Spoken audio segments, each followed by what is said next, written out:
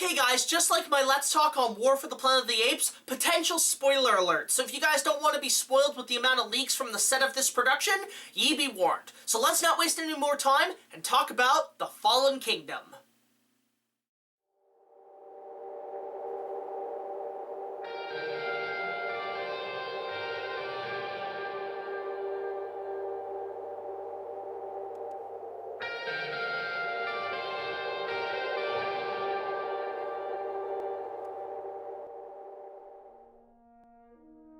For the summer of 2018, Jurassic World Fallen Kingdom will stomp onto the big screen. It's the sequel to the previous film Jurassic World and is overall the 5th film in the Jurassic Park franchise. And given it's a sequel to one of the most popular franchises in cinema history, the budget is bigger, the whole cast is returned, and it's being directed by now newcomer J.A. Bayona, whose resume includes The Orphanage, A Monster Calls, and the 2012 award-winning film The Impossible. So a lot of people have been asking me what are my thoughts on the 5th installment in the Jurassic Park franchise. Well, I've been following the process for a couple of years now, and given my hype for the film is definitely 100%, I'll be honest and say I'm not as hyped as I was with Jurassic World. The key reason for that is because Jurassic World went through 15 years of development hell, and the wait was definitely worth it when it finally came out. However, given the 4th film was such a massive hit, it was obvious that Universal wanted to do a sequel. And given the 4th film did leave a cliffhanger for another installment in the franchise, the question remains is what is the plot going to be to this 5th film? Now, years ago, while Jurassic Park 4 was still in development hell, I did have a few ideas of what I wanted from a 4th installment. One of the things I've actually wanted to see is a dark and gritty version of Jurassic Park, similar to the Michael Crichton novels. Because let's be honest folks, if Universal decided to reboot Jurassic Park and base it solely on the novels itself, chances are given the content of the books, the films would probably get a hard R. But given the fact that I've been following a lot of the information on the production of the 5th film, I think I kind of narrowed down what the plot's gonna be. From what I've gathered on a lot of websites, the film is apparently going to deal with dinosaur rights similar to human rights, the obvious return to Isla Nublar to recapture the dinosaurs, as well as the possibility of a volcano erupting destroying Isla Nublar, which would make the raid in capturing the dinosaurs more important because it would deal with the second extinction of the dinosaurs. Which, come to think of it guys, is very similar to the Sega arcade game from 1994. Yeah, you guys remember that game, the 16-bit rail shooter, where you shoot dinosaurs, the chair moves, and the overall plot is about retaking the island? And if you guys remember my review of Jurassic World, I actually kind of pointed out that the possible backstory to reclaiming Isla Nublar was based on the Sega arcade game. So I get the feeling that's what we're gonna get with this 5th film. The other thing I have to point out with the 5th film is the title. The film is being titled Jurassic World Fallen Kingdom. So the question is, what is the Fallen Kingdom? Does it mean the overall destruction of the dinosaurs? Maybe. Does it translate to the remains of Jurassic World? Maybe. But in fact, my theory could be is that the Fallen Kingdom could be what was left of the original Jurassic Park. Something I didn't point out in my review that was kind of a nitpick was that they really passed by the mysteries of what was left of the original park. And the fact that in the film that the remains of the original park are considered kind of a forbidden zone and isn't really explored, that's something I would love to see with the 5th film. Have the team go in and find some old classified files in the old visitor center. And on top of that, I would love to see some wild dinosaurs that were breeded from the original park. If you guys remember in the first film when Alan Grant and the kids are going through the jungle, they discover a nest of eggs, which means the dinosaurs are breeding in the wild. This is something I honestly think we should explore with the 5th film and see wild dinosaurs in their natural habitat. Plus, in the way, the title is very similar to the 2nd film in the series, The Lost World. So in a sense, we could also be seeing a plot similar to the 2nd film. I'm hoping this isn't the same for Fallen Kingdom. But of course, with its story comes its characters, so let's talk about them.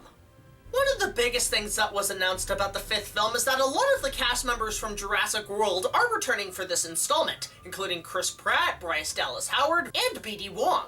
And seeing a lot of photos from the set and where the film is kind of going, I could kind of see where Chris Pratt and Bryce Dallas Howard's characters are going to be in this film. If you guys remember at the end of the fourth film, they did apparently kiss and make up and decided to basically have a relationship. And the question is, where does the relationship go after the events of Jurassic World? Well, my guess is that they're probably going to be sticking together more as a team.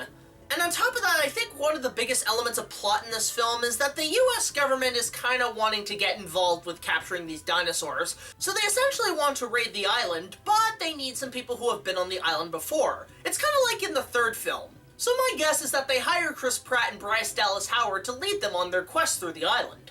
Now, many of the characters are probably going to have different goals in getting to the island, but what I want to explore the most is with Chris Pratt's character. Now, it's not necessarily his relationship with Claire we should explore, but more his relationship with Blue, the raptor that he raised at birth and trained to be the alpha of the pack. At the end of the fourth film, it is quite touching and kinda sad what happens to them. But the question is, where did Blue go at the end of the film? Well, going back to the concept of discovering the original remains of the first Jurassic Park, I would like to see Blue actually interact with some wild Isla Nublar raptors and actually become the leader of the pack. Plus, for Chris Pratt's character, this is actually a goal that would be an interesting storyline in the fifth film. I mean, Pratt's going because the government wants him to, but he's secretly wanting to go off and find Blue, and possibly finding her with a pack of Nublar raptors. We can see if Blue would decide if she wants to go back to her master or stay with her pack. I mean, I'm just kind of guessing at this point, but if I was in charge of doing the fifth film, that's what I would definitely do. Now, another returning character that will probably have more character development is, of course, Dr. Wu. Now, in Jurassic World, his character was kind of mysterious and vague. But by the end of the film, you realize that he's tampering more with nature than he did in the first film. In fact, he's creating hybrids, hence why we had the Indominus Rex. But looking deeper into the production of this film, it looks like they're actually continuing more with the cross hybrids. Rumor has it that they're not only going to include the Stegoceratops in the fifth film, but also raptor-sized Indominus Rexes. Well, the Stegoceratops I wouldn't mind seeing in the fifth film. The raptor-sized Indominus Rexes are something I would kinda pass by. I always considered that the Indominus Rex was basically a villain made for the fourth film, so bringing him back in some other way, shape, or form is kind of unnecessary at this point. But something I saw from early developments in the fourth film, and something that I wouldn't mind them exploring, is the idea of human dino hybrids.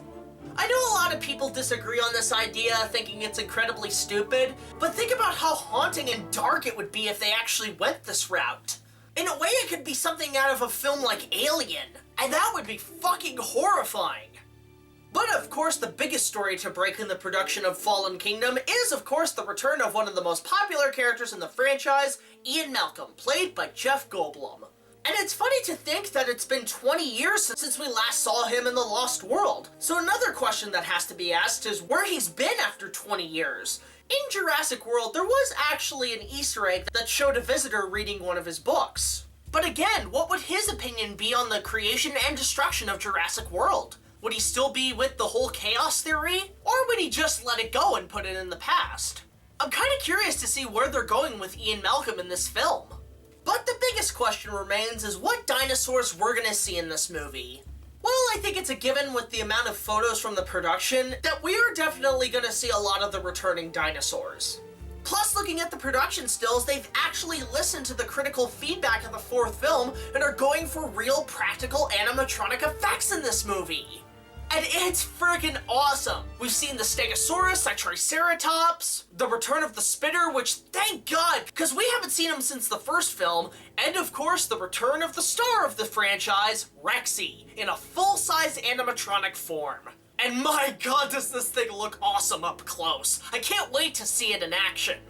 But honestly, I would like to see some other returning dinosaurs to this fifth film. One of the biggest dinosaur disappointments that I had with Jurassic World was that the Brachiosaurus was nowhere to be seen on the island. Seriously, what the hell? What happened to the Brachiosauruses from the first film? I would love to see these guys stomping around the island again. And like I said before, it's gonna be great to see the Spitter come back again, especially given the merchandising for Jurassic World. They made it look like they were roaming the areas of the Forbidden Zone in the remains of the original park. Now, what about some dinosaurs that we've seen in previous installments but haven't made a comeback once in a while? Well, honestly, one of the ones I really want to see come back is the Ceratosaurus. Sure, he only made a cameo in Jurassic Park 3, but I would like to see more with this creature. Also, I would love to see the Troodons from the Jurassic Park game, because those things are scary as fuck, and I would love to see them put in a cinematic form.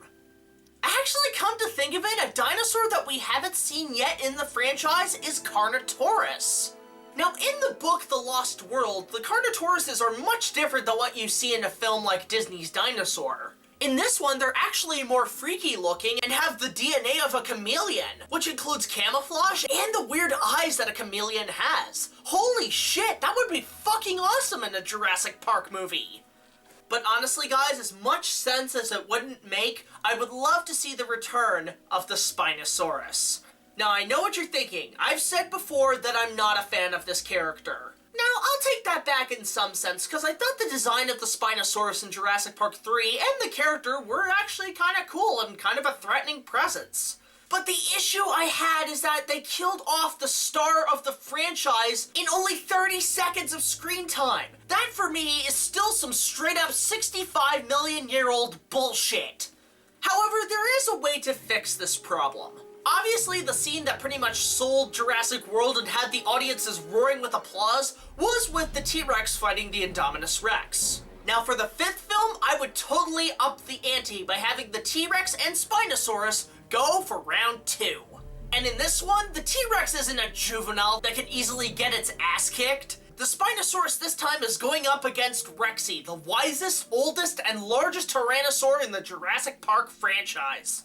Now, the fight should be incredibly epic, but the T-Rex has to be the winner. Like many have stated, when the T-Rex in the 3rd film bites the Spinosaurus's neck, that's it! It's over! Those jaws are meant to crush bone! But given it's a juvenile, I can kinda give that a pass. With Rexy, there's no stops. She has to literally bite into the Spino's neck and crack that motherfucker in half.